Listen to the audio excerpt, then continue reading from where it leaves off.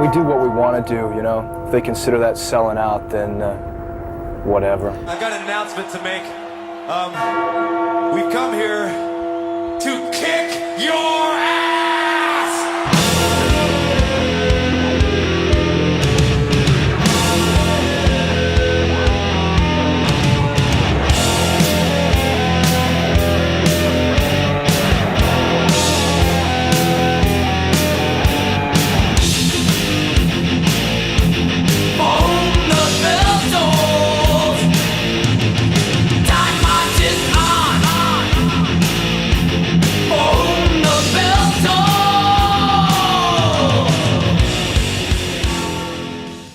Even though Metallica is like the biggest band ever, they're one of the funniest bands. They're one of the most interesting to talk about. They have a dense history, amazing albums. So it's time to get the uninitiated into heavy metal. It's time to defend the indefensible. And it's time to talk about one of the best metal bands to walk this earth. That's goddamn right. We're talking about James Hetfield, the down-picking guitar king. Time to party. Work.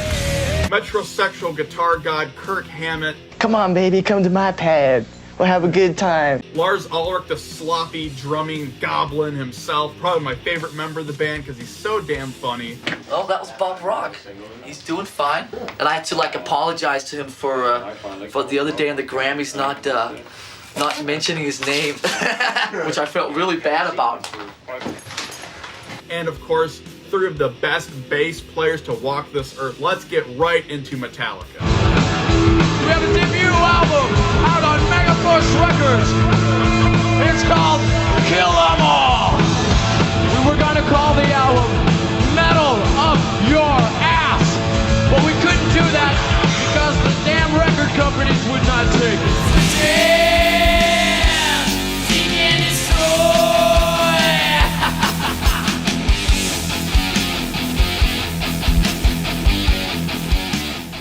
All we had were sort of the early hair bands at the time, and a lot of young kids wanted America's answer to stuff like Motorhead and the new wave of British heavy metal movement. So you had the very shy primary songwriter James Hetfield, who originally just wanted to be the singer, shack up with Lars Ulrich, who could barely even play drums at the time, but had a lot of connections to the underground metal tape trading scene, and of course, chaotic future Megadeth guitar player and frontman Dave Mustaine. I went in there and I set up my gear. I started warming up, and these guys were all in the other room. And I walk in there and I said, come on, let's go. And they said, you got the job. And I went, well, that's easy. And with the iconic No Life to Leather demo and songs like Hit the Lights, they brought thrash and speed metal to the United States.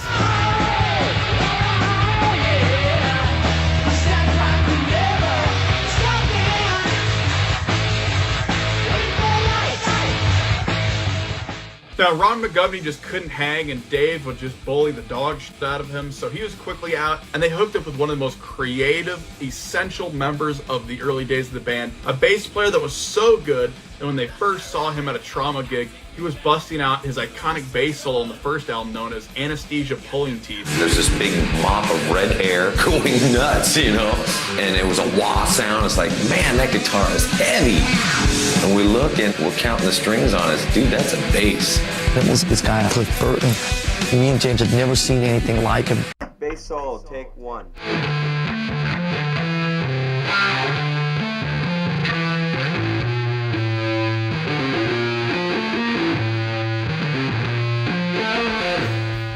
Now, he agreed to join the band on the one condition that they abandon the LA metal scene, which was filled with the hair bands that they hated, and moved to San Francisco and birthed the thrash metal movement in that area with bands like Slayer and Exodus. Now, they had quickly gotten signed to Megaforce Records' Johnny Z over in New York that was also signing Anthrax at the time. They had enough of Dave Mustaine not only being a violent drunk, but he was also just, as we know, Dave's a little bit of a control freak and narcissist. Hell, even though James was very shy at the time, Dave was pretty much the front man doing most of the talking. We were staying at connections of friends, and Dave, he was trashing their houses and just really disrespecting stuff. Dave had a side to him when he was drunk that was not positive. I think especially Cliff thought that Dave Mustaine was just like out of his mind. I look up and I see the four of them. They said, you're out of the band. And I said, what, no warning? No second chance? And speaking of the band Exodus, their guitar player at the time, Kirk Hammett, was quickly selected to be Metallica's new guitar player, and they flew his ass across country immediately. Kirk, Kirk. Kirk. Kirk. Kirk. Kirk. Kirk. Kirk. Kill 'Em All has got to be one of the most front-to-back, unrelenting thrash metal albums ever made. Thrash metal is a fusion of the new wave of British heavy metal riffing sound along with the aggression and chugging of punk. That crunching attack on the guitar, that palm-muted chug, that is thrash metal, exemplified on songs like Motor Breath and especially on the classic Whiplash.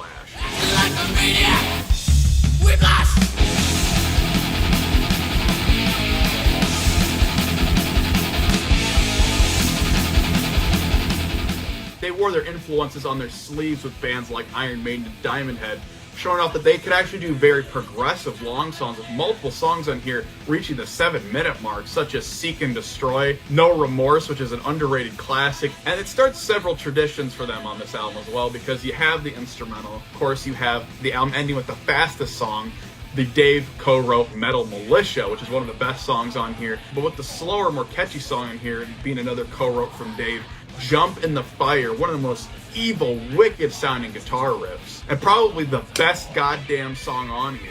Jump in the fire!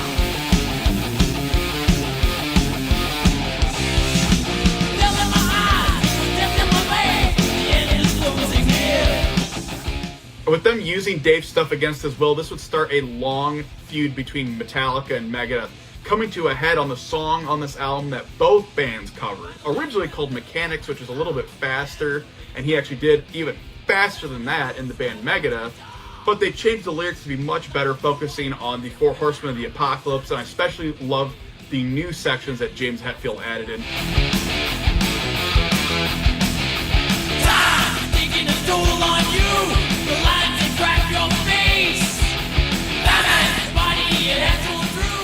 And I just gotta quickly say to all the morons that act like Dave wrote them all and that all of the music that this band did was really just Dave's contributions, an idiotic lie that Dave himself repeats. Their success, you know what?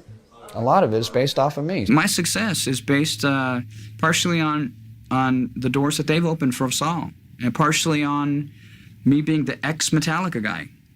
Now, a lot of it has to do with my own songwriting, but I can't deny the fact that a lot of it has to do with them. On this album, Dave only writes for the songs, and he has almost nothing to do with their most beloved, successful albums, only writing a chord progression and a singular guitar riff after this. At the start of the recording sessions for this album, this band was pretty much living on Skid Row of Anthrax. They sold so goddamn much that they blew out of the water their initial shipments, selling 4 times as much as they thought they would. And by the end of the tour, they were way bigger than the bands they were opening for, Venom and Raven.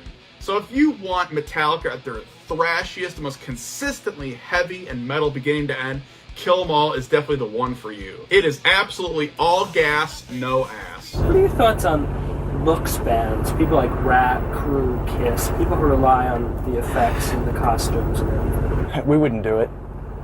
But it works. You'd for look them. pretty ugly in it. we look ugly enough as it is. You know, why should we change? We're on stage. You know, we're not trying to be something big and fancy, you know. It's just us doing what we do. Let's keep it that way.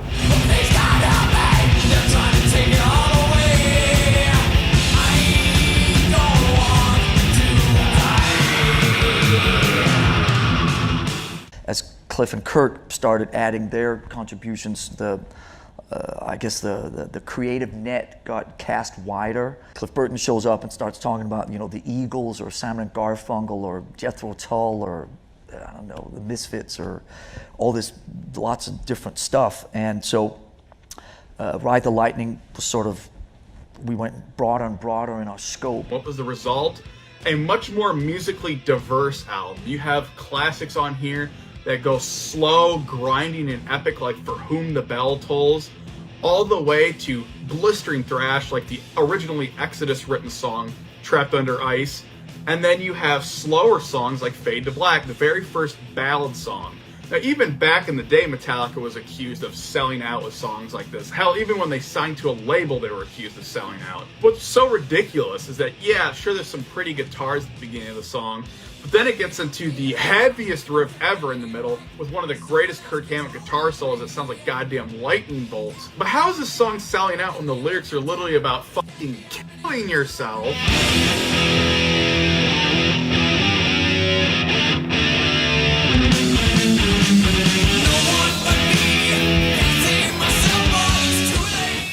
And it's funny that people at the time picked on Fade to Black for being a sellout, but they don't talk about the song that was an actual deliberate sellout, Escape, a song that James Hetfield hates because the label forced them to do this last-minute song that had a very catchy, radio-friendly sounding chorus. Kirk Hammett, even though he's not the primary songwriter, he does usually get a couple writing credits with some amazing riffs on every album. They'd be like, okay, we like this riff, Kirk, let's go put it on the bridge for everyone to see, right?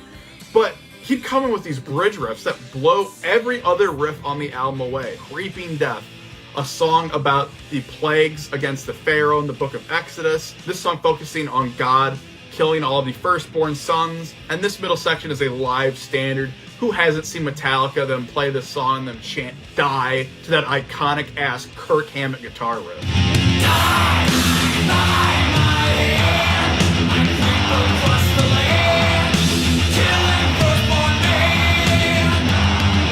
Die. Now, overall, the album is much slower in parts, but when it's fast, it's faster than Kill 'Em All could have ever hoped to be. With arguably the most killer song they've ever done. My favorite off the album, my all-time favorite Metallica song, is the opening track, which sort of has a red herring at the beginning with these acoustic pretty guitars that Cliff does, going into the most heavy, barbaric, nuclear war song, Fight Fire with Fire.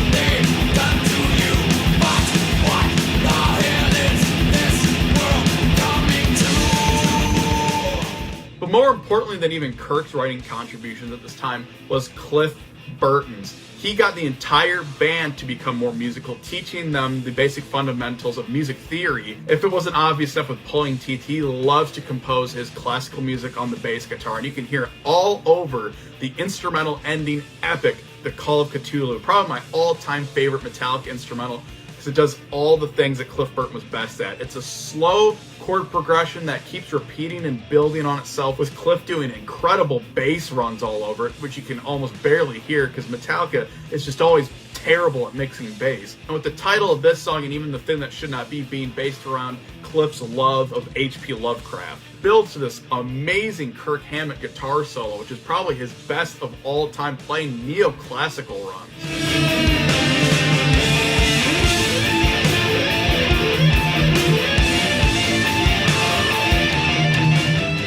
The guy massively improved because he took several guitar lessons with the guitar god himself, Joe Satriani, teaching Kirk the diverse musical styles that he would slowly incorporate into his guitar solos. I am sick and tired of this slander that Megadeth fans, and especially Dave Mustaine himself, throw at Kirk, saying that he's this one-trick pony guitar player, he's terrible, and Dave is so much better. Kirk is pretty much better than Dave in almost every way. Not only does he have a way better tone, especially on this album, Kirk is infinitely more diverse.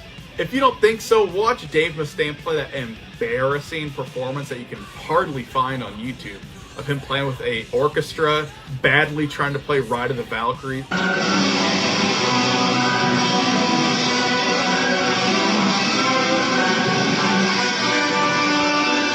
But Kirk can pretty much do it all. He can do shredding metal solos,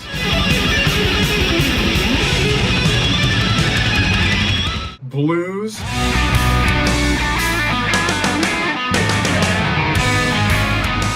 jazz,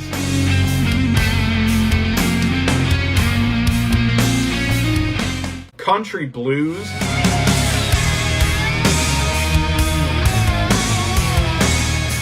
funk, hence the heavy use of wah pedal, which people complain about incessantly, which is that weird wow wow sound from his love of funk, as well as from Cliff Burton that would use it on all of his bass solos. It's funny that no one complains about that, but they complain when Kirk does it.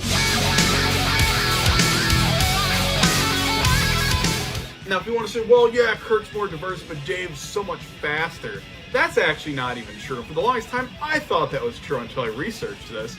Kirk is actually one of the fastest guitar players in the world. Kirk has been tracked at having a 19 note per second top picking speed, which is insanely fast, almost as high as Steve Vai's, one of the greatest guitar players in the world, and even faster than Yngwie fucking Malmsteen. Sure, Kirk has his problems. The over-reliance on wah pedal can get a little annoying, and his bending and vibrato isn't the greatest, and sometimes he struggles with the notes in between. The second one starts on this one, Yeah. and then the third one starts on that one. Yeah, I got that. It's Okay. the notes in between are fucking with me. The only thing I'll concede is Dave is definitely a better rhythm guitar player, but hell, James Hetfield blows him out of the water as being one of the greatest of all time. And then obviously he's a better songwriter, writing almost all the stuff in Megadeth. But we're not talking about who's the better songwriter, we're talking about who's the better guitar player. Where does all this negativity come towards Kirk? None other than from Dave Mustaine himself, the bitter that complains about Kirk at every opportunity. The first time that I heard how long that they allowed Kirk to do his solo, I thought, God, he's horrible. This is supposed to be me. And he talks about Kirk like he's a retarded person. I can see how hard he tries to do what he does. I mean, I think he makes really good use of what talent he has. Real classy Dave. Kirk's gonna be laughing all the way to the bank, doing guitar solos that are emotional and technical that you are fucking incapable of doing. Kirk is pretty much the nicest dude in the world, and Dave just can't stop shoving his foot in his mouth about anything. Being the narcissist he is, he'll even say shit like that he Kirk's girlfriend. Don't really like Kirk because he got my job, but, I nailed his girlfriend before I left. Look, I love Dave and I love Megadeth. An episode will be coming soon on them. I love him. But let's not kid ourselves here. The guy is not someone that we should throw a pity party for. The Dave glazing has gone out of control. Not only has it turned into Dave is better than Kirk, which isn't even true, it's turned into metal sites showing that Dave Mustaine is the best guitar player of all time. He's not even the best fucking player in his own band. He is a great guitar player, but to sit there and act like he is this god is ridiculous. All of these shills want us to hear no evil, see no evil, and speak no evil. What else is there to say about this absolute classic? If you want to get into metal, if you want to get into Metallica, you could easily start here. The songs are 2 years better written, better played. The whole thing sounds better. It's better, produced and recorded. And I think we found a style on Ride the Lightning that we're really, really comfortable with, which is not sort of locking ourselves into just doing one thing, because the sort of territory that we cover within the 8 songs on the new album is really, really sort of big.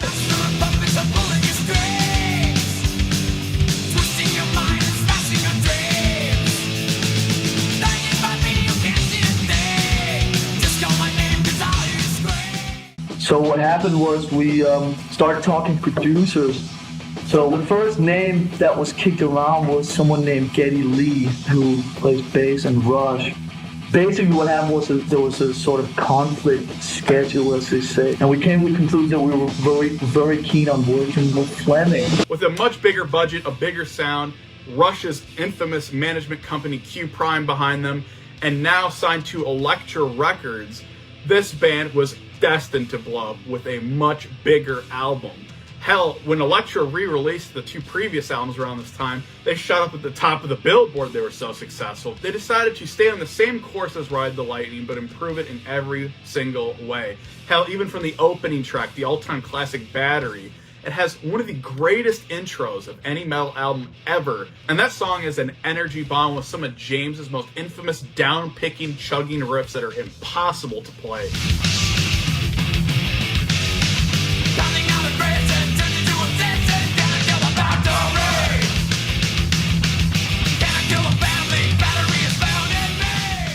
And from there they go to the races with several lengthy progressive epics on this album. With even the title track, this song got new life being featured in an episode of Stranger Things. Well, we wrote that song for Stranger Things in what, 1980, 80 something. Yeah. One day we knew it was going to happen. Yeah. A song that has many references to manipulation, even to cocaine abuse. But they're pretty much at their strongest musically on this album, with the progressive elements coming in, allowing for lengthier sections, incredible guitar soloing, especially on the fan favorite song here, which sort of exemplifies everything that is strong about this lineup and this era of Metallica. Disposable Heroes, showing those chugging down picking riffs. amazing lead guitar work, musical sections that are clearly added by Cliff, and of course, something Metallica would be amazing with from this point onwards, anthemic-ass choruses. Because on the last album, when we came in the studio, a lot of the songs were a lot longer than they actually are on the album. There was a lot of cuts made in the song. We said, well, let's take this part out. But on this album, so far, there's not been one cut made. Back to the front. Back to the front. Back to the front. My favorite 80s Metallica ballad ends up on this album. That is Sanitarium. The guitars sound very weird and twangy and very kind of insane sounding, mirroring the lyrics of the song being about One Flew Over the Cuckoo's Nest, about several people in an insane asylum, and one of them that is not crazy having to suffer through this ordeal. No locked doors, no windows barred, no things to make my brain seem scarred. Sleep, my friend, and you will see the dream is my reality. And that song, Welcome Home Sanitarium, was actually originally paired with another song in here, with Sanitarium being the slower parts, but the back end of the song was actually originally most of the instrumental song Orion, being the psychedelic sections of it. And this song is definitely Cliff's most technical work on here, going from thrashy and chugging and kick-ass to those interesting psychedelic bits that have guitar solos and even bass solos. He played me a really super rough version of it one time in the hotel room, but it was just the progression. And I remember just like, hearing that, and then I remember hearing it like X months later, and it had all these harmonies, all these melodies on it, and I was just blown away.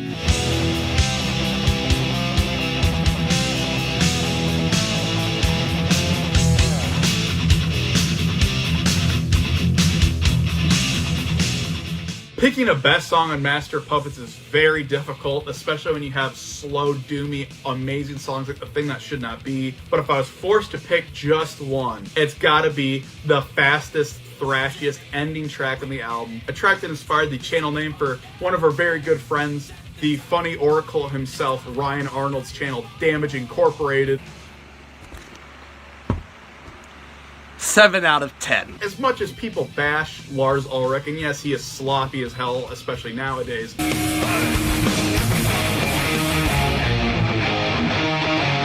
We have to start it again? Producer Fleming Rasmussen, which captured the band's sound perfectly, taught Lars to play to a metronome and taught him basic rhythmic timing. Around the 80s, the guy was legendary, especially on songs like this, showing some blazing fast double bass work. And people forget that he was very important to getting the band noticed in the early days, managing them, as well as being the primary song arranger along with James. And a funny thing about the song Damage Incorporated is that there's a sticker that came on the album originally that said, the only song you're going to want to skip is Damage Incorporated for the heavy use of the infamous F word.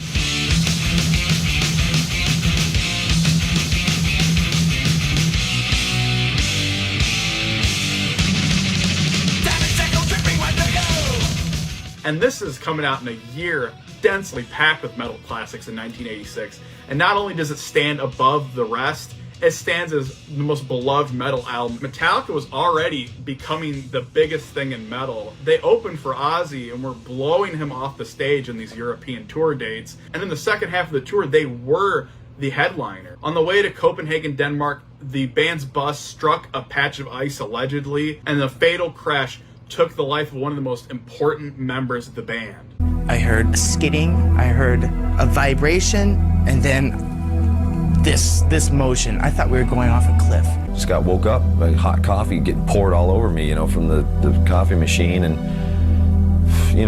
the bus was on its side. And I turned around and I saw Cliff's legs sticking out from underneath the bus. A crane turned up, a big crane with a jib and all that, and they hooked up a chain around the bus, and they picked the bus up. They lifted it to pull him out, and it slipped back and landed again on the floor. Shortly after his funeral, we all decided Cliff would be the last one to say, let's give up. That we pissed him off, immensely. We had to keep going because it was the only thing we knew. They tried out hundreds of bass players from different bands, including Les Claypool from Primus, who was actually Kirk's friend. Lars was all, you're not used to playing this kind of music, are you? And I was like, no, hey, you guys want to jam on some Isley Brothers tunes, and nobody laughed at my joke. he was too good. He was like, okay, you got your own thing, you know. They never called me, and I wept like a little girl. But they settled on the very talented Jason Newsted. Lars comes out, do you want a job? And I go, well, I guess. And he goes, okay, you're gonna be bass roadie. And I'm like, who is from an incredibly underrated band, Flotsam and Jetsam, which we will talk about in the future. If you take anything from this video, that you've already seen everything from Metallica, Flotsam and Jetsam, you need to listen to them. Even without Jason in that band, they're amazing. But he was pretty much the primary songwriter on their first amazing album, Doomsday for the Deceivers. They brought him on thinking, well, he's a great bass player and he can contribute songwriting-wise. But the weird thing is that his contributions to Metallica are very far and few. But as we all know, the guy has an incredible stage presence, giving sometimes amazing lead vocals and co-backing vocals. And they did the Garage Days EP with him doing cover songs. And at this point, it would start the infamous hazing period of the band. Now, this is something that has been very overblown by idiots that think that this band cyberbullied Jason Newsted forever, and they treated him like shit and they tortured him. We were all trying to see his boiling point, you know, or how much he can take, you know. We told everyone he was gay. We'd go out to the hotel bar and like buy drinks for everyone and charge it to Jason's room. And then we went to sushi that night. Jace, that green stuff, it's mint sauce. Put some of that, you'll love it. Wasabi. Yes, they gave him a lot of shit at the beginning to kind of break him in and give him a hard time.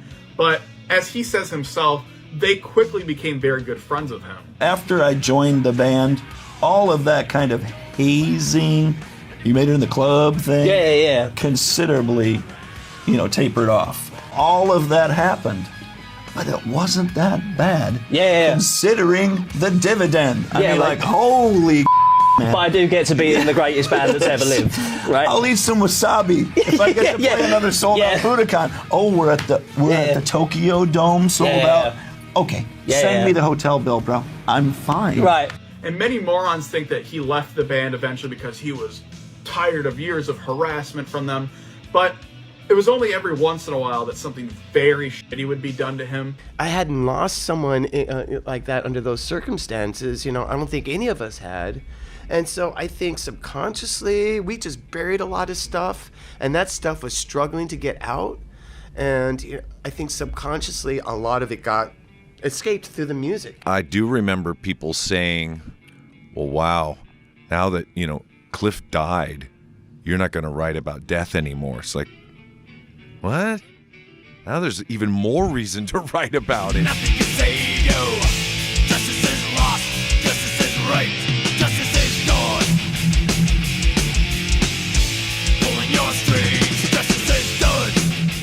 Ride the Lightning dealt a lot with different subjects around death, and Master Puppets dealt with different variations on the theme of manipulation. This deals with different ideas and subjects around justice and truth. Allegedly, the original sound for this album was incredible, but something happened along the way. Fleming Rasmussen accused the mixers and engineers of somehow botching the sound, which has zero bass and is very treble heavy and sounds like a fucking paper bag. But one of the engineers points the finger directly at James Hetfield and Lars Ulrich. I wanted to take And Justice for All and make Master Puppets sound like a demo. They wanted a different direction. They wanted more of a garagey direction. Lars had a specific way how he wanted his drums to sound. He would actually bring in pitches of an EQ setup. I kind of changed the drum sound to make, you know, more what I was hearing.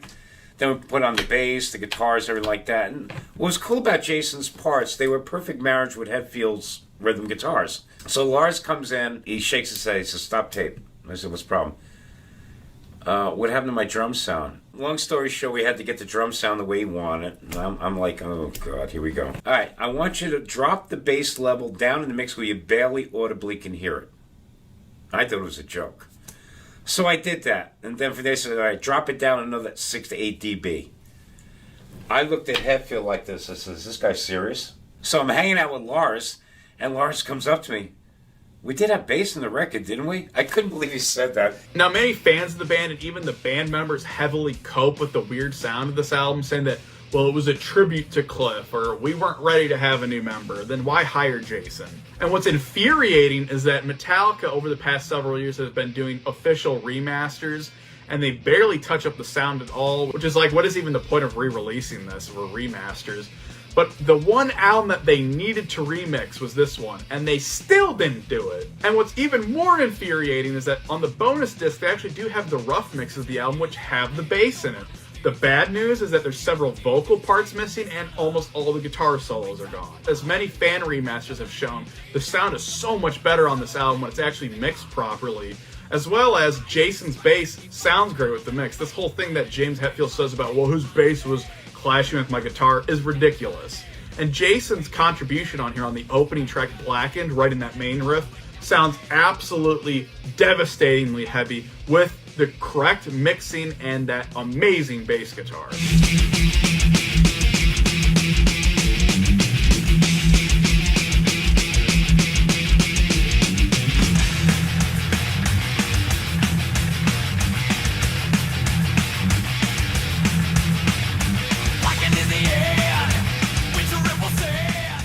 And that song Blackened shows a heavy amount of progressive elements that are even more technical than they ever were before. The band admitting that they wanted to blow away every other band. There's a lot of great intense songs on here like Shortest Straw and Dyer's Eve, which has some of the most blazing double bass work on here, despite Lars allegedly cheating in the studio and copying and pasting parts together.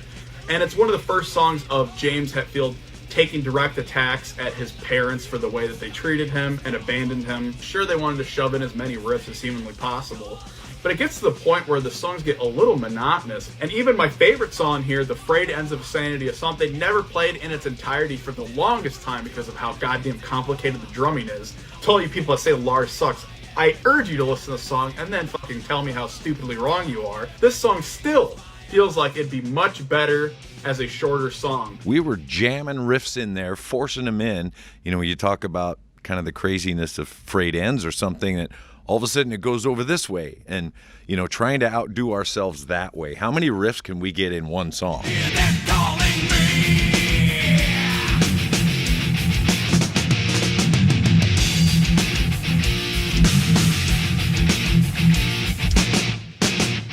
But even on Injustice for All, they're showing off where they would eventually go in the natural progression towards the Black Album, with much catchier, slower, heavier, more anthemic songs, especially on the dark, groovy classic Harvester of Sorrow.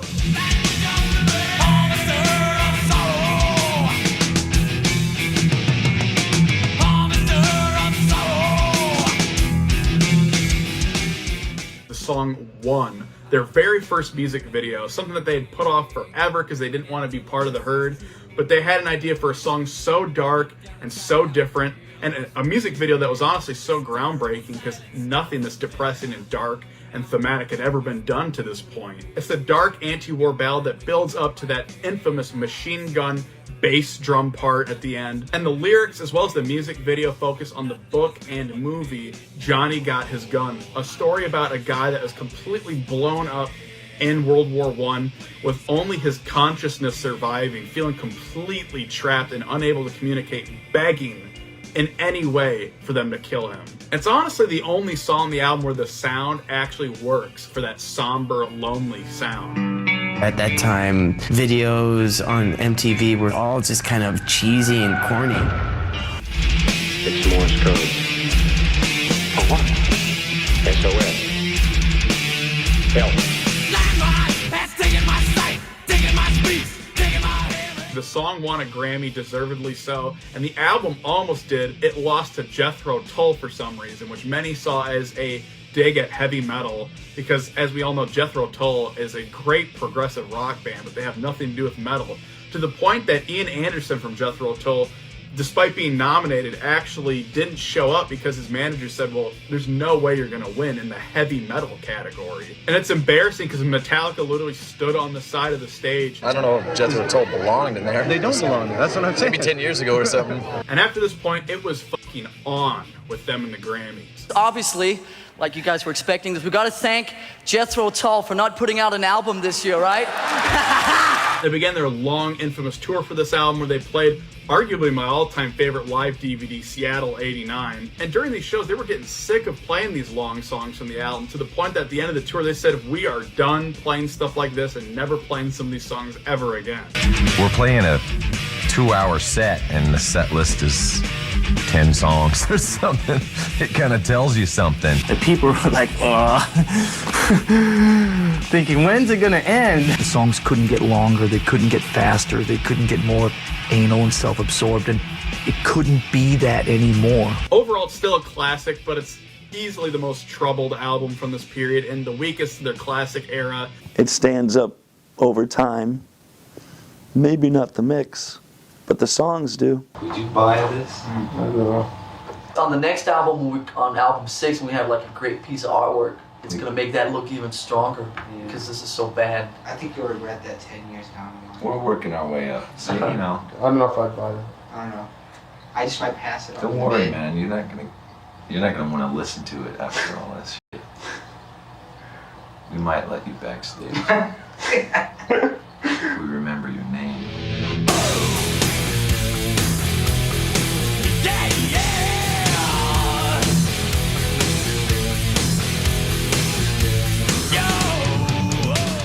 We're taking those 10-minute mini epics and that whole progressive side just about as far as it could go. Concentrated more on just one riff through the whole song, which was just as challenging instead of trying to jam 100 riffs into one song. After becoming the biggest band in heavy metal, they decided to reach even further. With the Black Album, they became the biggest band ever. Now, many accuse the band of selling out heavily on this album. The thing is that it's very obvious that the band's heart was in it. It's not like the label Elektra was offering them a ton of money to go in a more simplified direction that they could sell on MTV. In fact, they were actually having a lot of problems with Elektra at the time, and everyone was telling them to not go in this direction.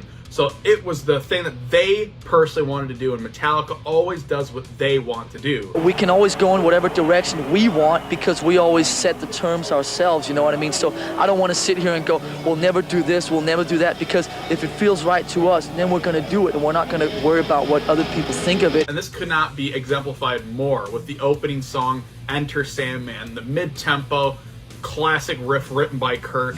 When I came up with the riff for Sandman, I didn't even really think twice about it. I just threw it on tape and thought, well, maybe these guys will like it.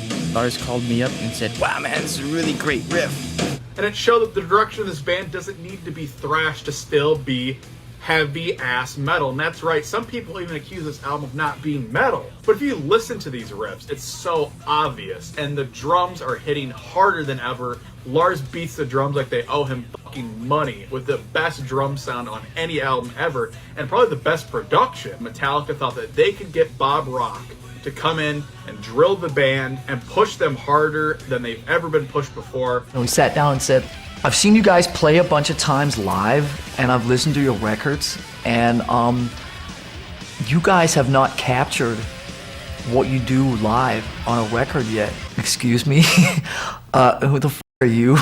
I mean, there was not anything specific about Bon Jovi or Motley Crue or The Cult or whatever, but if you look at all those bands' track records, right, they all made their best records with Bob Rock. Many accuse Bob Rock of ruining the band, but you can hear this direction musically that they were taking on the demos before they even shacked up with Bob Rock. But he took these ideas and songs and made them way better. If you listen to those demos, they are nothing compared to what he eventually did with them. And yes, there was a lot of tension in the studio, and this recording process went on for like a year, and it was so tense to the point that by the end of it, almost all of the band was divorced. Tired of arguing. No, you're not. Yes, I am. No, you're not. And these sessions were hugely expensive, throwing everything into the production. I come into the studio one morning, there's a fucking table like from here to Gibraltar that has like, like just tambourines and wood things and shit and things that, you shake, and I mean just things you just hit with sticks and with iron and things that clap. I mean just any kind of sound you could ever imagine.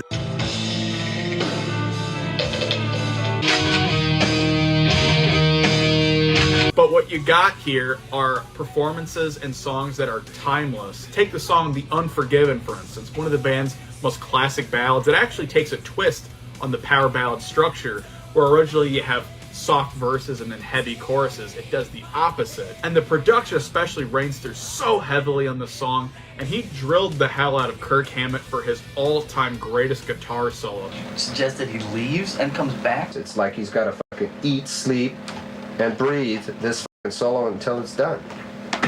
Like fucking James put time into nothing. Songs like these deserve that. It doesn't need fucking flash. It's not his style. You know, if he was gonna play something like that, it might take him 6 months. It's like crackle, boom, da-da-doom-doo, da-da-doom-doo. You know, it's fucking... Let him do his thing. You know what I mean? It's like it should play off what's there. And the results, Kirk felt like this was the best solo he had ever done, and he had always strived for a solo like this.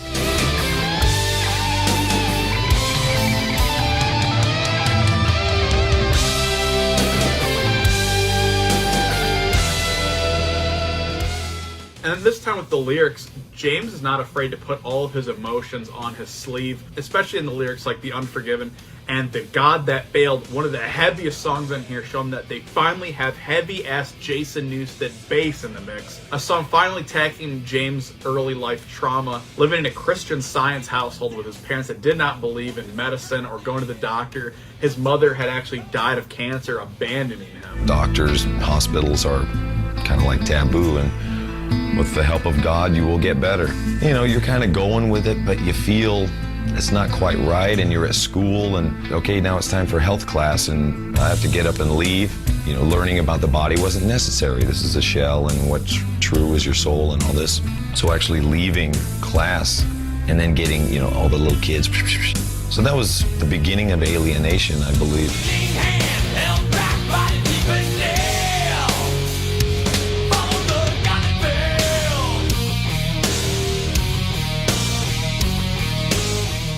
And as you can tell, vocally, James Hetfield's voice has come a long way, coming from that early high-pitched, punky sound, now becoming that gruff lion that we all recognize, doing the infamous, iconic yes. But this album still shows the progression of the band. There's still thrashy stuff on here, like the heavy as hell ripping Through the Never, The Struggle Within, and one of the best songs on here, Holier Than Thou.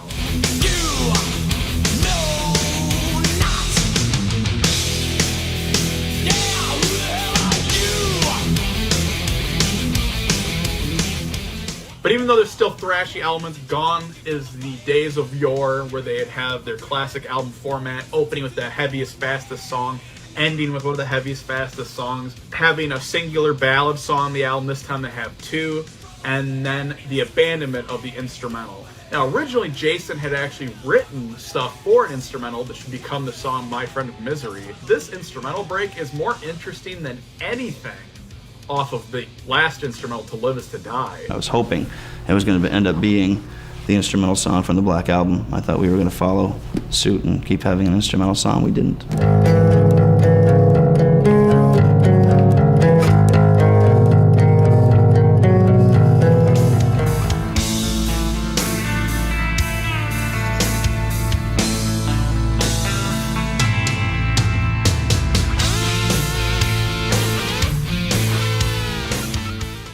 To pick a favorite, it's kind of a toss-up between the mid-tempo, heavy Kirk riffing on the Wolfman theme song of Wolf and Man, which really should have been a single, but my favorite is probably the epic, slow, Middle Eastern road dog anthem, Wherever I May Roam.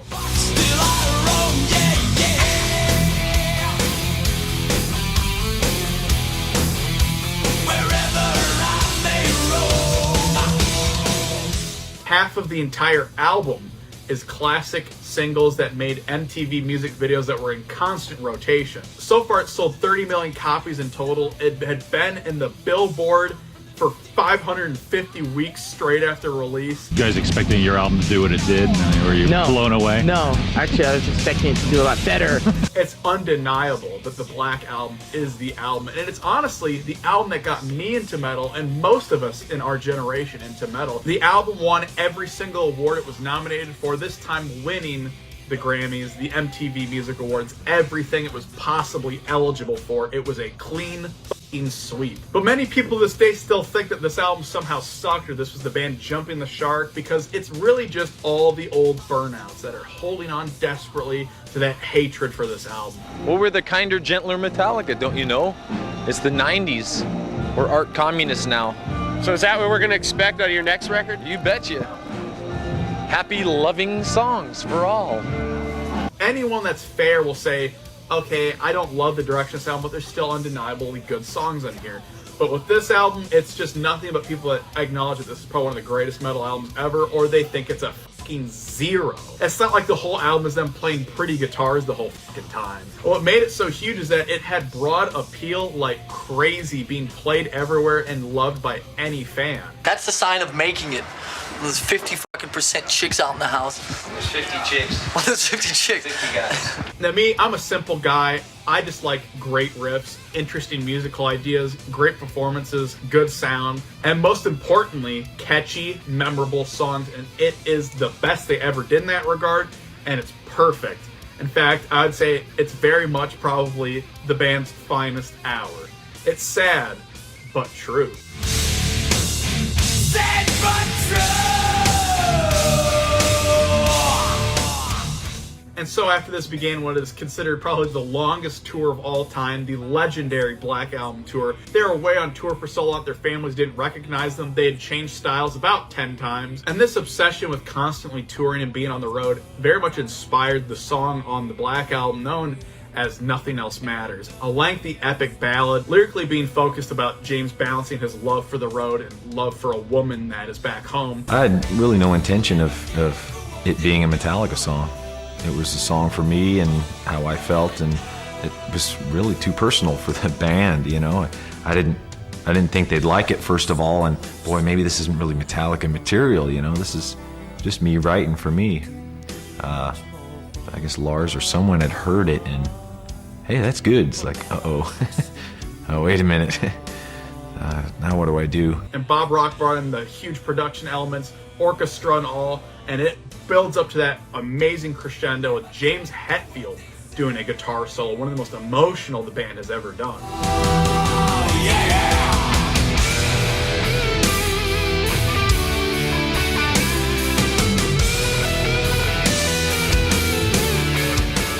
And it just kept getting bigger from there, doing the Monsters of Rock open air festival in Moscow. An outdoor performance that was so big to this day they still can't calculate just how many people were there. And on this tour they also did the one-off classic show at Wembley, doing a tribute to Freddie Mercury. And James actually played along with Tony Iommi and the band Queen to do the song Stone Cold Crazy. But doing that Wembley show planted the seeds for what they thought would be a lucrative and ended up being a disastrous double billing tour between Metallica and Guns N' Roses. Initially, the tour was doing super well, doing the two biggest bands at the time, but it became quickly apparent that they could not get along with Guns N' Roses because of Axl Rose, his constant demands, his bitchiness, and his strict management. Axl pose, dressing room requirements.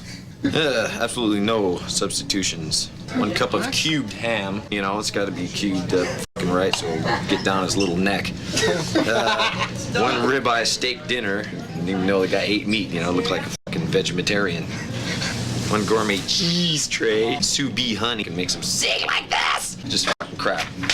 Bunch of hooey. But it was inarguable that this was a money printing machine until the infamous Montreal Riot. I was right over a canister that would shoot up a 12-foot chemical flame.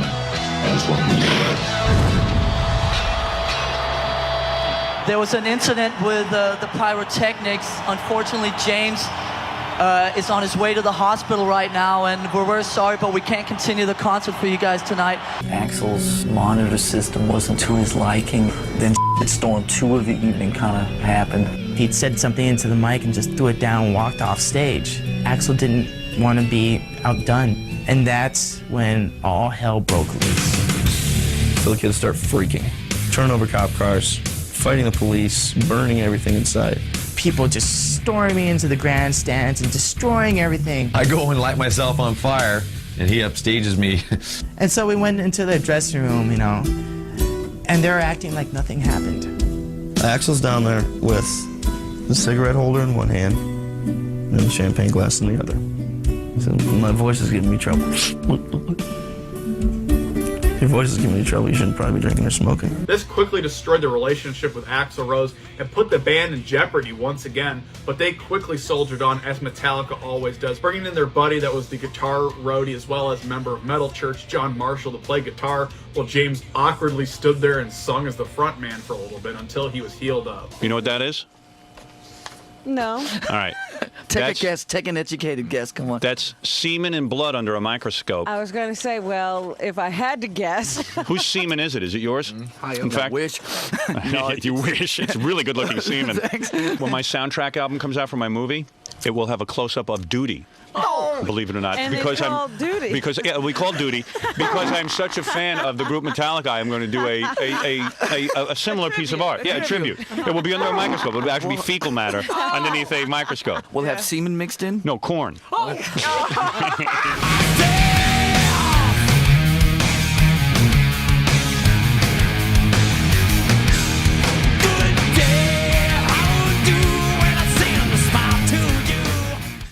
We've heard the word sell out, from way back. Yes, we sell out every seat in the house. Now, in the mid-90s, the band was burnt out beyond belief to this point that they took a long break as well as only did a couple one-off shows. But when they came back to the studio, they wanted to overcompensate and give us a lot of music, doing their Load and Reload project. And they once again decided to work with Bob Rock, despite him swearing off that he'll never work with this band ever again. But they knew that they had struck gold in him with sessions that were much more easy, lax, and had a lot less tension in the studio, even amongst the members, just recording and writing what they felt was raw and off the cuff. But unfortunately, this era was mired in controversy with the aesthetic of the band. They had cut their hair after the making of this album, and they were starting to do weird things like wear makeup and have like a goth look, and Kirk and Lars would make out in magazines, which many saw as a direct contradiction to them criticizing the hair metal movement back in the 80s. I can understand, like, this kid has the photo from 1991 from the Black Album. That's my Metallica. The next photo he sees is 5 years later, and it's on this other record that has semen on the cover.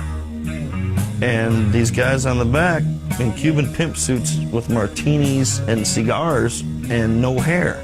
Who is that? It says Metallica on there, but I don't recognize these people. In some interviews, James Hetfield was saying that he didn't really see the band as a metal band. It's like, hello? Since day one, we didn't want to be called thrash metal. We didn't want to be called something. We wanted to be called Metallica and Metallica music. So since day one, we've shed all the traditional, labels or the traditional road you're supposed to travel. So many of the fans saw all this and thought it was a betrayal to everything Metallica stood for, and they wrote them off without even hearing the album. And if they heard the album, they saw the music video for Until It Sleeps, saw this grungy, weird, artsy Garden of Eden look to it with them literally smearing shit on themselves. And with the more grungy sound, they thought Metallica had sold out. Now it stays, so tell me open, but beware, this thing's insane without a care. And despite Until It Sleeps being classic and one of the best songs on here probably, this along with Hero of the Day are the only songs on here that explicitly go into a more grungy direction. This is one of the most misunderstood albums of all time because this is not a grunge album. This is not them selling out to what was popular at the time. They dug deep into things that they loved. They love Danzig. They love ZZ Top. And the biggest mistake that they made with this album is not having the opening song and the lead single being the kick-ass classic bluesy Enter Sandman, with a slow build-up and quiet part in the middle and a riff that sounds similar, and they even recruited Kirk to write the main riff once again for this one. It represents what this album ultimately is. Blues metal. King Nothing. It has a lot to do with what we've been listening to in the last 5 years. Which is? Blues. I've been listening to a lot of blues.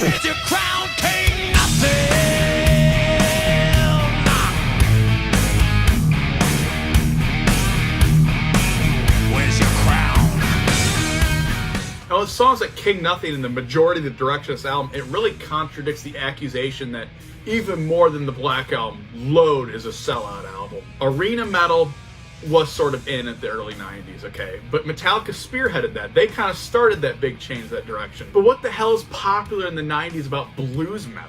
It's very obvious that Metallica was sticking to what they always do, doing whatever the hell they wanted to do. I'm guilty of living in the musical future. Hell, they were even in a country mood on one of the songs in here, Mama Said. Another song dealing with James' personal relationship with his deceased mother, this time talking about the more positive aspects about how she taught him how to live his life, and he sort of slowly rejected all of those teachings that she taught him. Your love for granted, know the things you said to me. I need your arms to welcome me. When the cold stones all I see. Country Metallica. Country Metallica? Now, is that, your haircut was inspired by TNN, the Nashville network, is that right? No. Not at all? Really, no. It wasn't the Nashville network. It was inspired by scissors. And building on those themes of Mama Said and some of the other songs focusing on depression as well as alcohol abuse, it all comes to a head on one of the greatest Metallica songs on here, the epic, atmospheric Bleeding Me. Starting out with amazing quiet blues notes and eventually building to anthemic choruses and a heavy-ass riff in the middle with one of my favorite Metallica lyrics, I am the beast that feeds the feast. It is focusing on basically James's character arc to this point. He has all of these holes emotionally and all these traumas that have caused the slow progression of his dependency on alcohol and his depression, and it was ruining his life at the time, and it was bleeding him. And you might say something like, whoa, how sad could I feel for a famous multimillionaire rock star? But it just goes to show that money does not buy happiness. Drinking, partying. Canadian beer works great, man. There were certain crutches that I picked up that as a kid and eventually became too heavy.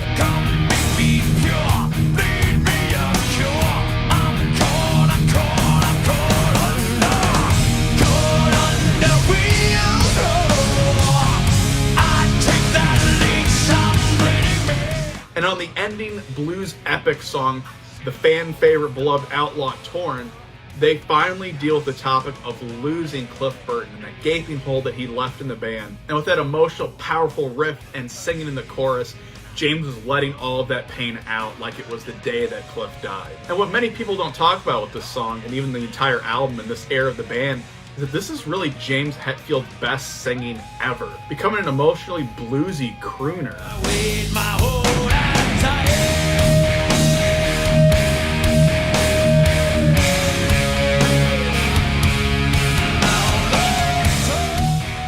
Some people complain the song's too long and boring and repetitive. That's because they haven't heard the even longer version of the song that borders on 11 minutes. They had to shave parts of this and the guitar solo off Wasting My Hate because the album was so goddamn long that it was like a double album in length. Picking a favorite song here is damn near impossible, but the one song that I always think about, the opening song on the album that gets everything right that I love about Metallica personally. Amazing riffs, catchy anthemic choruses, and memorable songwriting that is also ironically funny. Ain't my bitch! Ain't my call, ain't my bitch!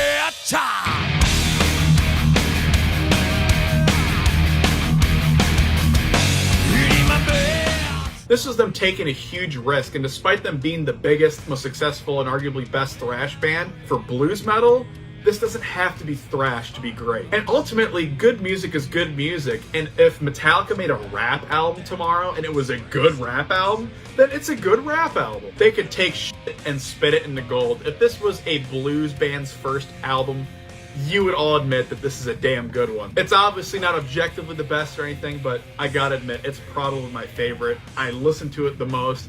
It's got all my favorite Metallica songs in there, and I love it from front to back. And it's not like I have some sort of nostalgia for this album. I wasn't around when it came out, and I actually didn't really like it the first couple times I heard it.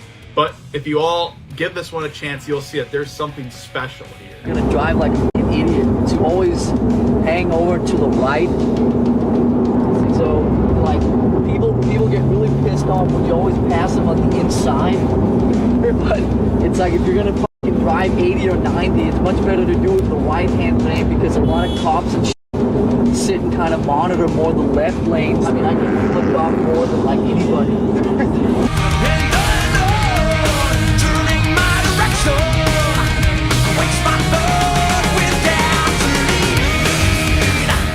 We didn't finish Load, basically, so this is the rest of Load. It's not leftovers, it's not remixes, it's not any lesser songs. This is the rest of the songs that we didn't get to. After the Black Album, we wrote 30 songs. It was too much to handle. So when people complain that Metallica don't release enough music, They release albums so goddamn long all the time that you might as well just consider them releasing 2 albums at a time. Now, is Reload better than Load? No, it's really good, but they honestly blew their load on Load. And you have some filler tracks on this one, showing that the weakness of releasing this much goddamn music is that not everything's going to be up to snuff. In fact, despite me loving Load and Reload, I have to admit that a lot of these songs are kind of filler songs. Now, with Load focusing on being the more atmospheric, slow-paced, bluesy direction, Reload kicks it into gear, dialing up way more the hard rocking elements, especially on songs like Prince Charming, and the one song that even the people that hate these albums will admit that they love. We're talking, of course, about the high-octane, fast opening song, Give Me Fuel, Give Me Fire, Give Me That Which I Desire. Give me fuel, give me fire, give me that which I desire.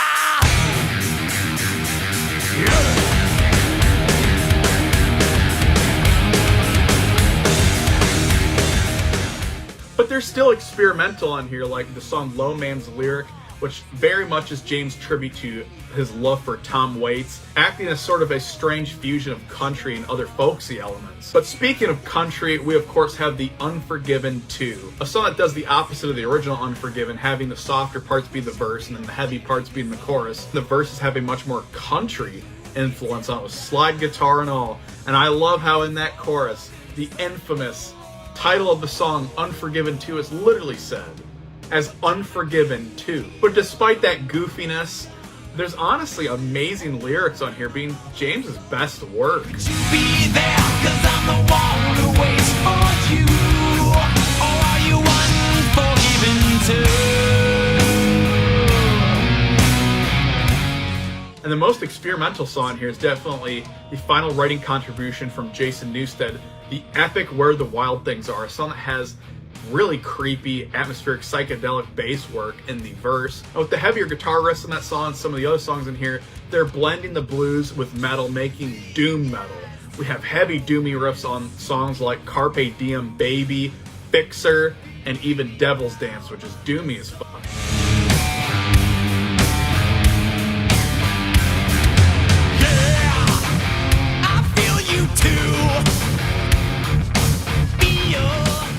My favorite is obviously gotta be the classic song that even Marianne Faithfull's weird old lady babbling couldn't ruin. A song with very similar lyrical themes to Sunset Boulevard about aging rock and movie stars. We're of course talking about Fortune, Fame, Mirror Vein, Gone Insane. But the memory remains.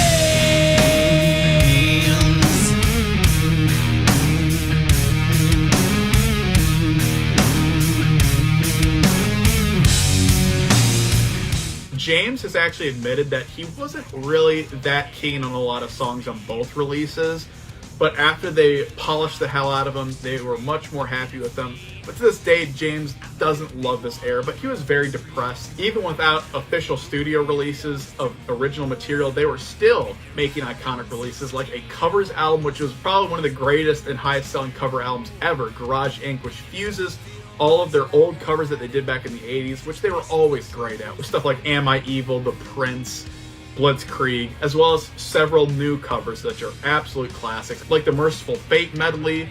You have Astronomy, and my two favorites, Turn the Page, which is very funny because originally Lars Ulrich had always said when they were writing Wherever I May Roam, you know, we should fucking do our own version of Turn the Page because I love that song. Bob Seger, man, he fucking sucks. I fucking hate Bob Seger, man. And I feel like we should have wrote that song. And it came to fruition when they literally redid the song themselves. But my favorite cover on here has got to be the goofy as hell and classic song that is an Irish folk standard that Thin Lizzy had originally made famous and Metallica made it infamous. We're of course talking about Whiskey and the Gyro. Whiskey in the Gyro.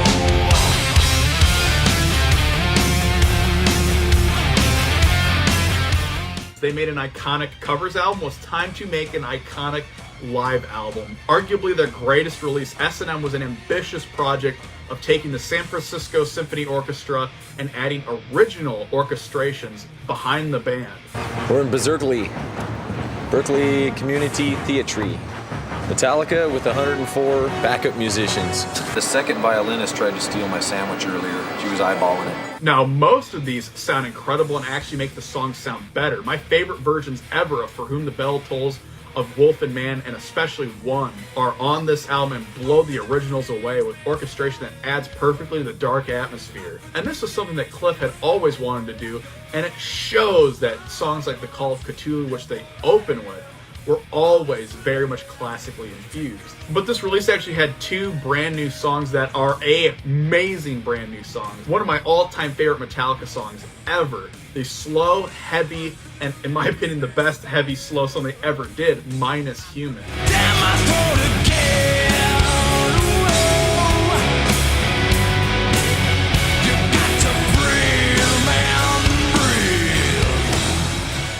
But the most famous song here was definitely one of the most popular songs to this date, No Leaf Clover, which they have still to this day not released either of these songs as an official studio track.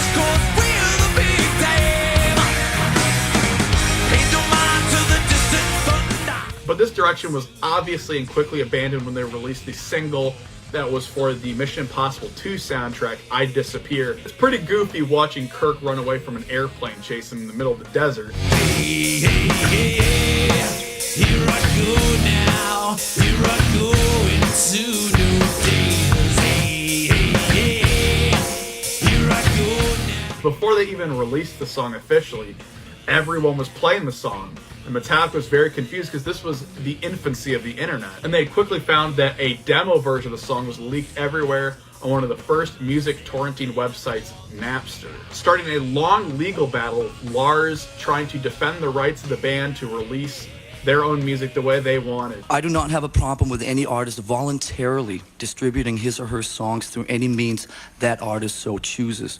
But just like a carpenter who crafts a table gets to decide whether he wants to keep it, sell it, or give it away, shouldn't we have the same options? The choice has been taken away from us. Now, a lot of the fans had turned on the band for this. I think it's about the most unhip thing that I've ever seen a big rock star do. How much money does Metallica already have? Do they really need more money? I used to like Metallica a lot, but the fact that they're doing this, I'm really upset about it. And ultimately, Lars was both right that music pirating had pretty much destroyed the music industry, but he was also wrong in the sense that it was the future. Taking their fight against Napster didn't really do anything to slow that down. But this would start the downward spiral of the band because there was massive tension brewing between Jason Newsted and James Hetfield, specifically over a side project that Jason wanted to start for a terrible band called Echo Brain. And James Hetfield, being the control freak he was at the time, said that if he did that, that Jason was out of the band, and Jason stood up for himself. There was no way that this thing that I was doing could affect the monster of Metallica. I just don't see how it could. And so in saying things like that, I couldn't accept that kind of limited acceptance. And as we all know, He fucking left the band! He fucking left the band! Which part of that is... Hello? Do you know what I mean? He fucking left the band! I mean, period! Exclamation point! Myself, sit anger around my neck. I feel my world shake like an earthquake. Hard to see clear. Can you stand up?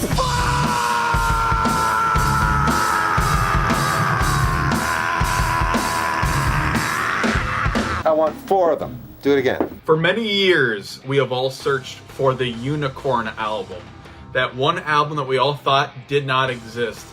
That was a mirror to the idea of films that were so bad they're good. You know, the Room of music. Something that is unintentionally terrible in all the most entertaining and hilarious ways. We're talking about an album where every single thing goes wrong, and just like the music video for Frantic, it is a slow-moving car crash. And ladies and gentlemen, that album does exist, and it is Saint Anger, and it is magical.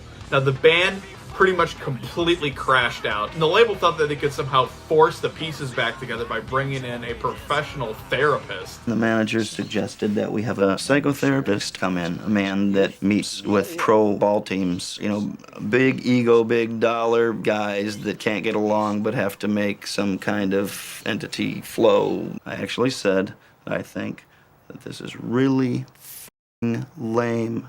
Things we've been through and decisions we've made about squillions of dollars and squillions of people. I mean, and this, we can't get over this.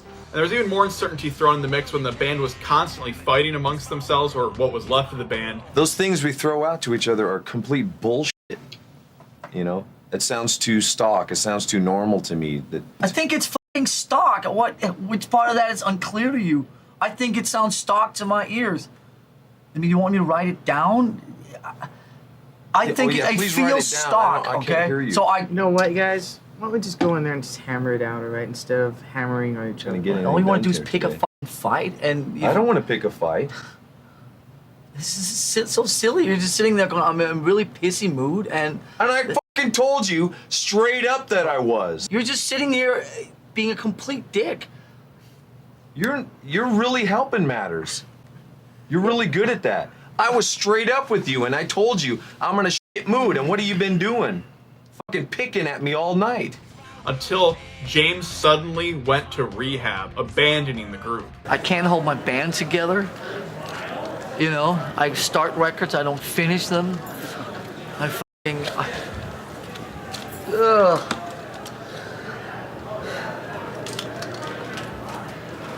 Jason is the future, Metallica is the past. Every single song is unbelievably long and repetitive for no reason. There is no guitar solos. That's so bullshit. You know, if you don't put a guitar solo in one of these songs, that dates it to this period, and that cements it to a trend that's happening in music right now. They didn't get a replacement bass player, and they have Bob Rock pathetically step in on bass. Every element of the production is raw, and the vocals especially are extremely pitchy and all feel like one takes. And most notoriously, Lars turned the snare off on his drum set. What you do is you disconnect. You see that thing up there? Yeah. That's called the snare. That's the actual snare. So, rock and roll, Saint Anger. That's simple. Black Album, fame, fortune, right? Saint Anger, despair, misery, anger, loss of revenue. Right? Loss of revenue. Happy, mad. The band also decided to sound more like the alternative metal bands and new metal bands at the time, having more bouncy rhythms, super down-tuned guitars, and muddy riffs. What did they want for the sound? Well, they said garage band, and Bob Rock heard garbage can. Rejector, infector, projector, rejector, infector, injector, defector, rejector. Littered with laugh out loud moments, but the most iconic is, of course, the one that Kirk came up with. My lifestyle determines my death style, a rising tide that pushes to the other side. Lifestyle determines my death style. My lifestyle determines my death style.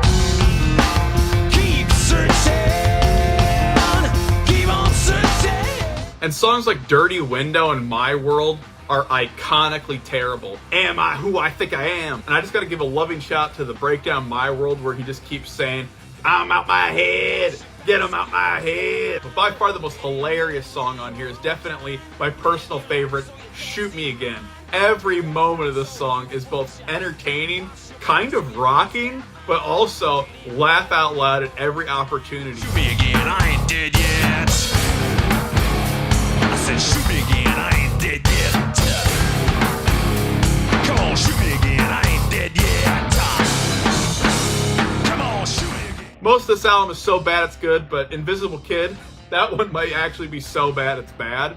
And then the Unnamed Feeling feels out of place because this song might actually be kind of genuinely good. But we're back to absolute dog ass on songs like Purify with super pitchy vocals and avant-garde riffs that sound like nonsense. For as bad as this album might be, let's talk about the Presidio demos. Now, right before James had went to rehab, some of these songs, as well as many other leftover elements, were unfinished. There are several songs that were so bad that they didn't even make it to Saint Anger.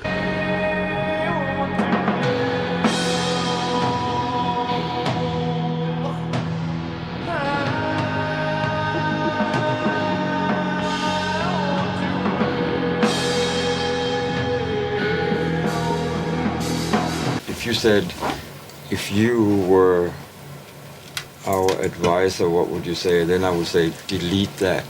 Cliff Bernstein heard that, he thought that should open the record. Really, that I really don't think so. You know, I really don't think so. A guy that's kind of shouting in some kind of echo chamber. What makes this album so compelling is that you know as a listener it's bad, but the band just commits to doing this dog shit. They just believe so strongly in it, and so do I. Some people with their stupid revisionist caps on try to reinvent this album and re-record it and try to remix it and do it upside down and backwards.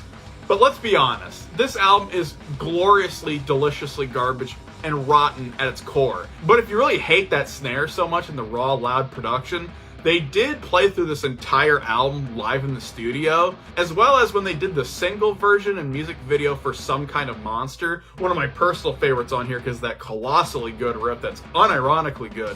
They actually did a remix of it with much better sounding drums, and it sounds ferocious. We the people, some kind of monster, some kind of monster. And speaking of Some Kind of Monster, it's time to talk about the glorious documentary. Now, I'm not a documentary guy. I love stupid shit, and this documentary is literally one of my all-time favorite movies because you are watching a band you love have a slow, embarrassing midlife crisis where everything is thrown out there, as well as the band is just genuinely hilarious when they try to be and when they try not to be.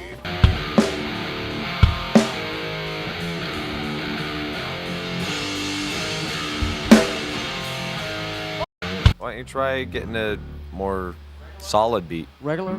Oh, well, you can call it regular. Call it regular. No, I'm trying not to call it regular, because I know it bugs you when I call it regular. Just real confusing sound. It's just jacking the vocals all up. Dude, I mean, that's fine. I'm just trying to do something different. I mean, I'm used to having the drummer do the beat part. And as I mentioned earlier about having the therapist around, he's constantly giving them useless, obvious advice. And he got Lars to actually reconvene and make up with Dave. I walk down the street and I hear some piece of shit say, Metallica at me, and they do that to taunt me. I mean, when I would hear Metallica on the radio, I would be like, God, I have to turn this off because I just keep thinking, I fucked up. And making up looks like it was starting to turn into making out. You were a really tender person. I felt that you had this really tender side to you that I was really attracted to. What makes this even funnier is this documentary was an accident. They originally were just there to record a promo of Metallica in the studio. They're working on a new album. But the band started to fall apart on camera, and they just kept rolling and didn't stop. And even then, after all was said and done and the band stopped having this midlife crisis, they were considering not putting this out there because it was embarrassing. It was putting literally everything out there. But even they realized this shit was so funny and entertaining that people had to see this. Sharpen that booger picking finger and be the 50th. Hey, it's Lars from Metallica here. I'm about to stick 50 grand up your ass. $1 at a time. Now, despite the song Saint Anger somehow winning a Grammy, the legacy of this album is that it's the most hated metal album ever made. And even though the band secretly kind of likes and respects this album, even they're a little bit embarrassed by it, and when they try to play songs from it live, they'll get booed by stadiums of people. Not to lather this album in this band's ass or anything, but genuinely, I have always thought that this album was so hilarious. If you judge this album on just the merits alone of entertainment value, you will never be bored, you will never forget a single lyric, and be entertained almost entirely beginning to end. So the good news is that James was finally clean and got his life together, but the bad news is that the funny James Hetfield, especially in the live setting, was now kind of embarrassing dad mode. Hey man, I don't know about you, but it's like summertime, and to me it's fucking beer drinking weather, yeah? Do you want heavy right now? Metallica gives you heavy Chicago. So the band finally decided, you know, maybe we should get a bass player that's not Bob Rock. And so they auditioned several players and landed on the Suicidal Tendencies, Ozzy Osbourne, and Infectious Grooves bass player Rob Trujillo, which a lot of people complain about because of his goofy stage presence. He looks kind of silly, and obviously you can almost never hear the bass in Metallica's music. But to you morons that think he sucks, I dare you to listen to Infectious Grooves and then tell me that that guy sucks. He is arguably the best bass player they've ever had. Getting to that point of needing to find a bass player, you know, when Rob was on the list, I'm just thinking, no way he's going to join us. He's too amazing.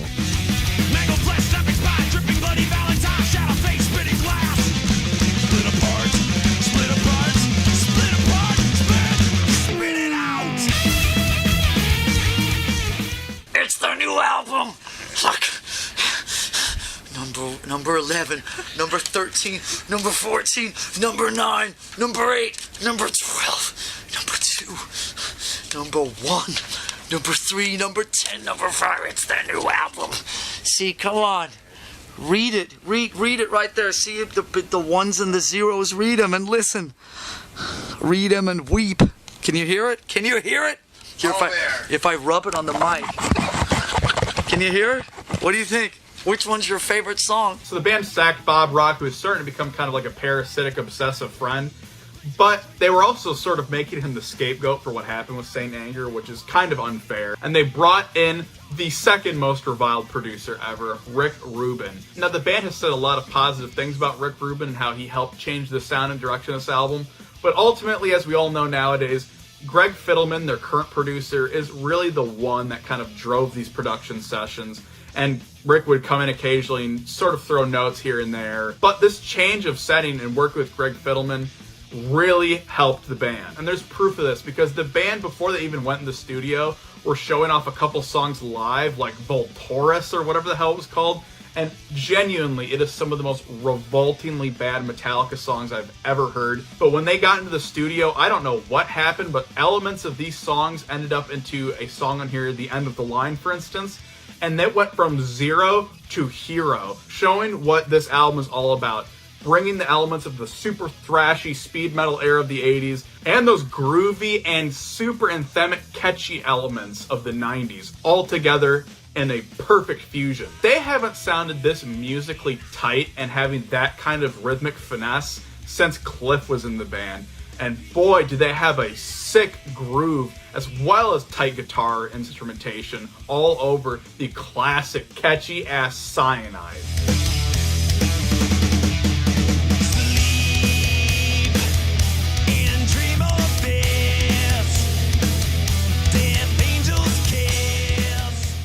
Now, a lot of people heavily bash this album despite the music on it being amazing to the people that actually listen to it. And the reason for that is the production on this album was brick-walled. There was a thing going on at this time with production quality known as the Loudness Wars, and Rick Rubin's production style was a very big part of that. You know when you buy a speaker and you turn it up too loud and it starts to rattle and break the speaker? Imagine that in an audio file where it's so goddamn loud that even when you turn it down, all you can hear is the hissing and rattling of it being too loud. You can still clearly hear what's going on in the music, and these are still great songs. And to all the people that complain about ear fatigue and how loud it is, okay, let's be real. We all know that the Guitar Hero Metallica versions of these songs exist, okay? And then the correctly mixed, much quieter versions of these songs. And this is obviously the canon version of the album. What's funny though is when Lars was asked about this criticism, he said, "Well, fuck, it sounds good in my car, man." Now the song The Day That Never Comes was one of the few singles from this album, which I think they should have had way more. But this song gets criticized a lot for aping elements from One and Fade to Black. They even sort of have a machine gun drum part like they did in One. And it's honestly at its strongest in the middle section when it has more of a load kind of groove to it. But what a weird choice for a single if they're trying to show off the thrashy return of the band to show the slowest, most melodic, most load sounding song.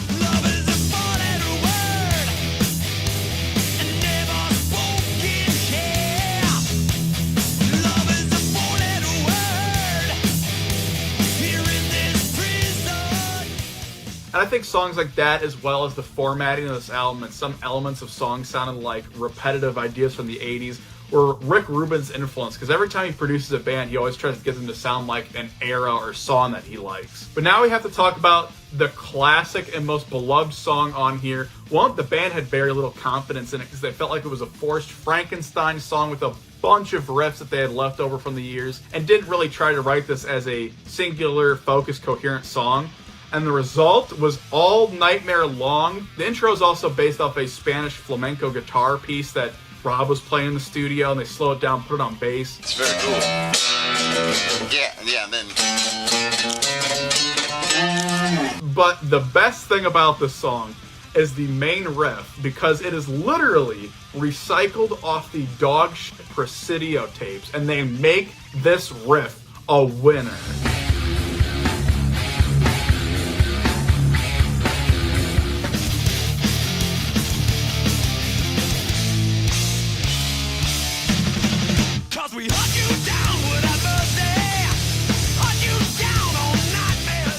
But I'm not going to stop glazing this album here, because my all-time favorite Metallica song ever is on here. And we're, of course, talking about The Unforgiven 3.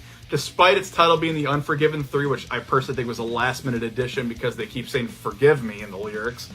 But this song is something completely different, having heavy amounts of piano in the ballad, focusing almost exclusively on James Hetfield's amazing vocal performance that was apparently very raw and having very little overdubs or re-recording. Now, as much as I love that vocal build-up to the guitar solo, which is my favorite part of the song, I do think it would have been very funny as if he kept saying, "Forgive me not. Forgive me, why can't I forget me? Forgive me, why can't I unforgive him 3?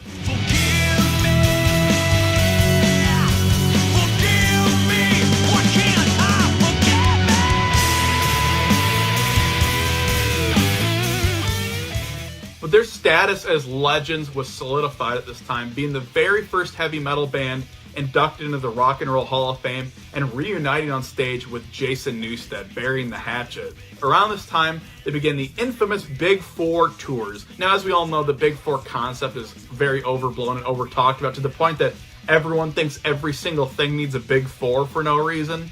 But it was the 4 highest-selling thrash bands in the 80s, Metallica, Slayer, Megadeth, Anthrax. But many make fun of the Big Four tour because it was essentially just 3 opening bands for Metallica. They had jammed and gotten along with Lou Reed, legendary avant-garde artist from the Velvet Underground as well as his solo work, and they decided to make a very bizarre and extremely hated collaborative album known as Lulu. You had kind of like reinvented yourself in the last 20 years, the Black Album, the orchestral album S&M, Sankt Anger as well. How important is to kind of like reinvent yourself as an artist?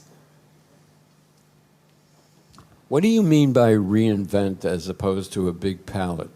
To come up with new styles, new designs, new looks. Yeah, but you're talking about it as though it's a one-trick pony. They only know the color red. No, it's just a question because there's no, but I'm asking you the question. Why are you making it?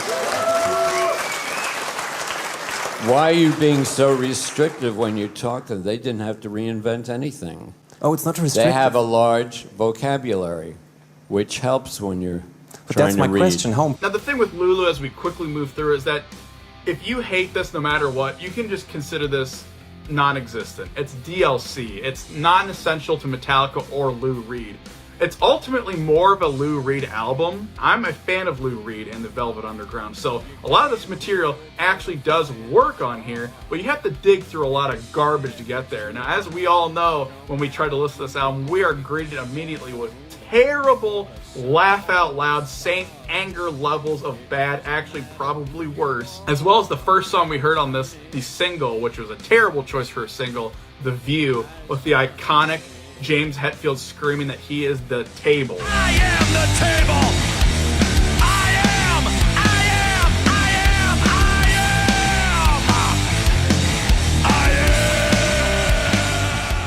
It begins with its worst material. When you actually dig past that, you actually can find some pretty good stuff on here. There's some really good riffs on here, like Dragon, and Mistress Dread is super aggressively thrash, but the absolute best moments on Lulu is when it's a Lou Reed album, like the long ending track Junior Dad, which feels very folksy and mostly just lets Lou Reed do what he does best without Metallica awkwardly interrupting it. But my favorite song here is the strange, almost Tool-sounding, sort of progressive atmospheric song known as Cheat On Me, with Lou and James doing very good vocals. Cheat on me.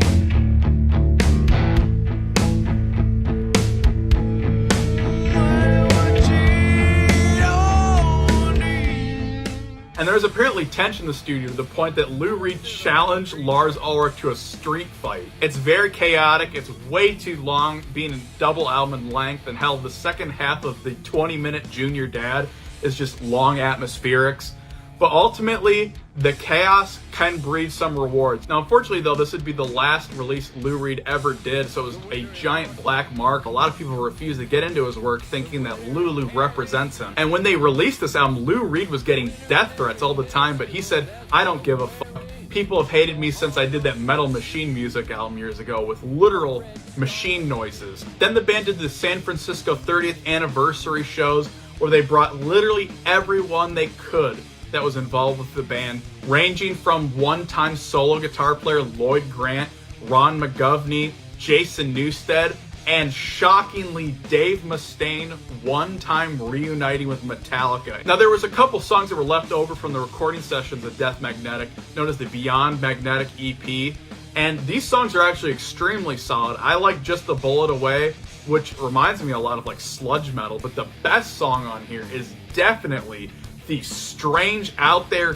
fusion of the groovy load elements and thrash as 80s elements in a way that almost doesn't really work together, but it's so strange and memorable. I just gotta love Rebel of Babylon. Gonna live forever. Kill me one more time. Rise up, Rebel of Babylon.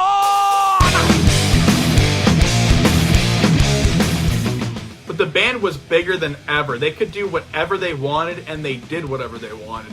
They played the very first concert in Antarctica, playing to a bunch of scientists in a dome. And then they did their concert film Through the Never that was intercutting the band playing live with a dialogueless storyline, reminiscing a little bit of Pink Floyd's The Wall. But the band was ready to start working on another album. Kirk kept advertising that he had hundreds of riffs and massive entire songs that he had made, and he said that the direction of the next album is going to be like a more progressive, more technical, and Justice for All. And then out of nowhere, he says that he lost his phone that had every single song and riff on it. Now, a lot of people call bullshit on this, and rightfully so, because you have to ask yourself, okay, you can't remember a singular guitar riff or a singular song or anything, or even pull out a riff at the last minute in the studio for the next album to contribute something.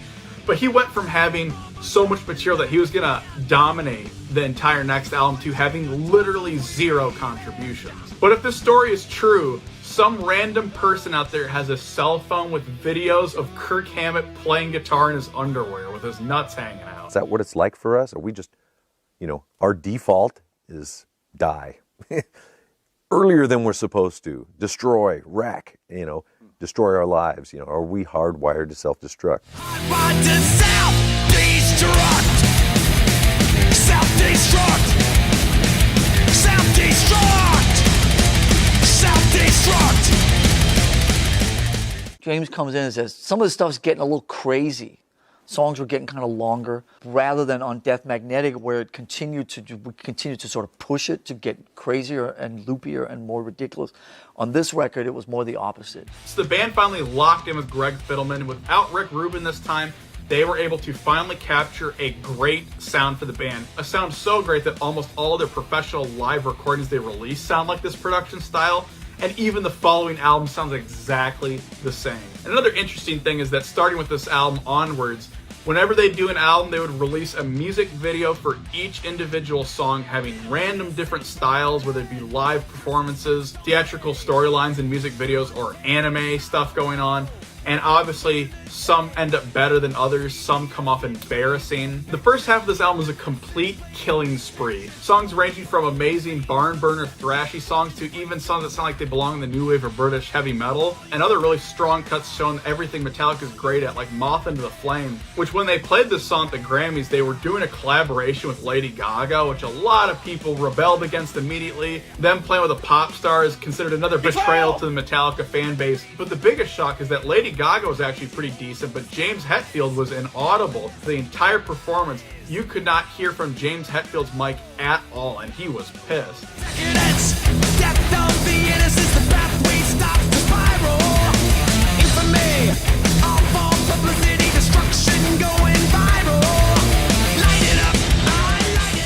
Metallica and the Grammys just always seem to be a bad mix and always end up in complete blunders. But the epic ballad on this album is something special. Lyrically, it's about people that put on a front of being such a great person, and then, you know, their halo's on fire, they're secretly dark inside. Now this is completely different than The Day That Never Comes, because it's not trying to redo a ballad that they already done before. This is something completely different. Try to be as epic and heavy and building intensity throughout it with great guitar work. Just don't turn away. Halo on fire. The midnight knows it well. But oh boy, when we hit the second half of this album, it goes off a cliff. And not in a fun, funny kind of way, but in a generic, plodding, boring way. There's a couple good songs in there that I like. The song Here Comes Revenge is a huge guilty pleasure of mine. It's actually one of my favorite songs of the album, despite being goofy as hell. And then, as we all know, the ending track on this album is an all-time classic, trying to rekindle the energy of the song All Nightmare Long, having tons of thrash riffs on it, and it's considered a modern classic for being so damn aggressive. Lars double bass playing all over it, and Kirk even doing a neoclassical run in the end of the guitar solo. And above all else, it has an all-time banger classic Metallica guitar riff.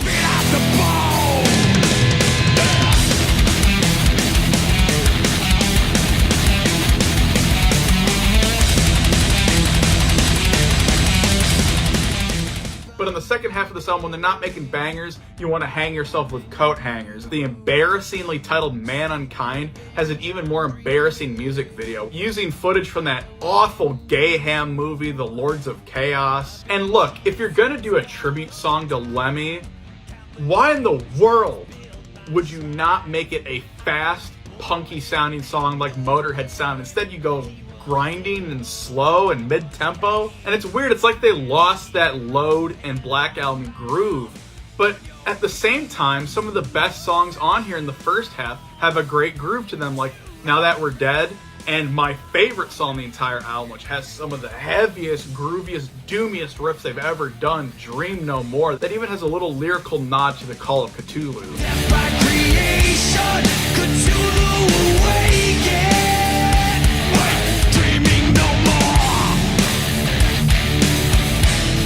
Cthulhu awaken. Very, very solid album, especially the first half of it. Just throw out some of the fillers in the second half and you'll be golden. Hell, even that B-side, Lords of Summer, is stronger than some of the material in that second half. But what is unbelievably atrocious is the art design of Metallica in this era. I don't know whose idiotic idea this was, but it looks like someone threw up a bunch of fruit roll-ups. Even the art on the next album, like, what the hell is this Wayfair Pizzagate shit? Now, as Metallica always does, after this album, they hit the grind hard on doing constant live shows, but they did a couple very interesting ones. The all-acoustic Helping Hands charity show, where they actually redid entirely a song from Saint Anger in a completely different atmospheric, acoustic, dark context known as All Within My Hands. They redid this song so well, they took one of my ironic favorite Metallica songs and made it one of my favorite unironic Metallica songs. It goes to show that Saint Anger's frame might be rotten, but James can take a good lyric and recreate it into something completely brilliant. My hands, squeeze it in, crush it down.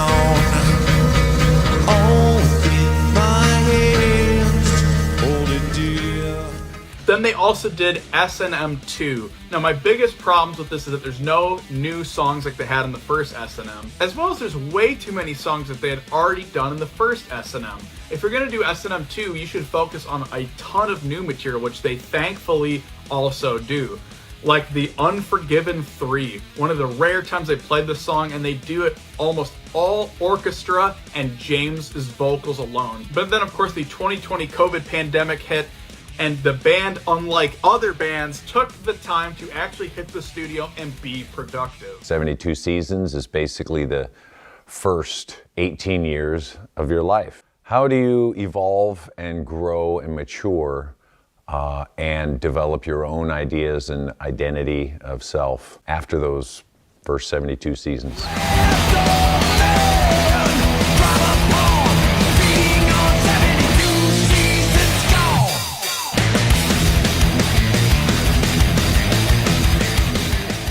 The pandemic happened. It was horrible, absolutely horrible.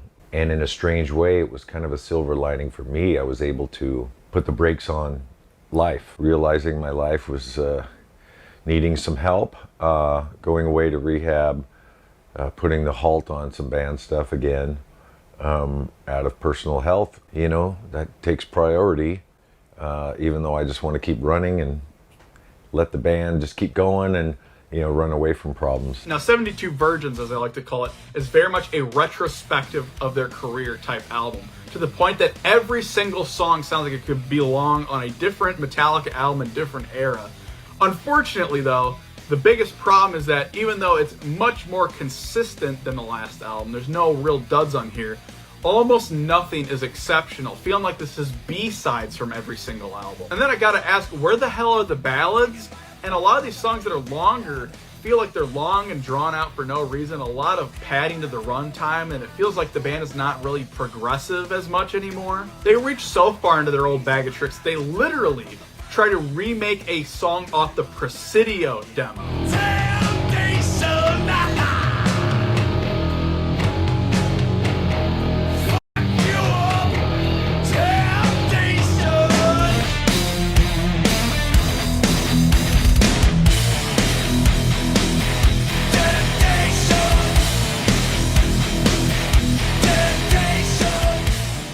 Lux Eterna, if you want some thrashy elements, then that song throws you a bone, harkening back to the good old days of the Kill 'Em All era.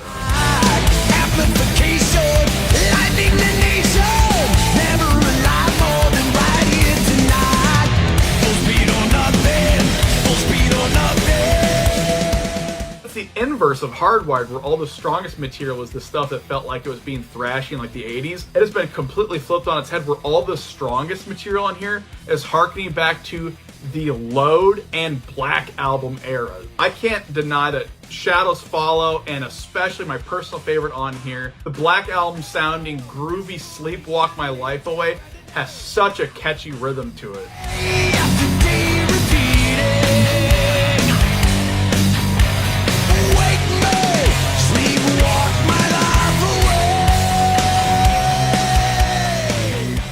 And with the best material on here being that 90s Metallica sound, we of course have to talk about the interesting, mind-blowing ending track, which I'm not even gonna bother to pronounce. And this song is a lengthy blues manifesto reaching into the soul of James Hetfield.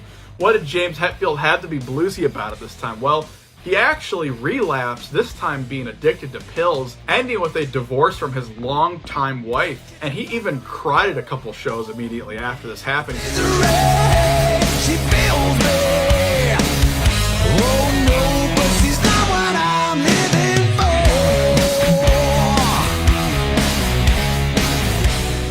So what's next with the band? Well, aside from doing random appearances in video games like Roblox and Fortnite, which, motherfuckers, you know that I bought that Lars skin. And with them apparently already writing a new album and Kirk claiming he has 800 guitar riffs, I think the band should just admit defeat. No, not call it quits.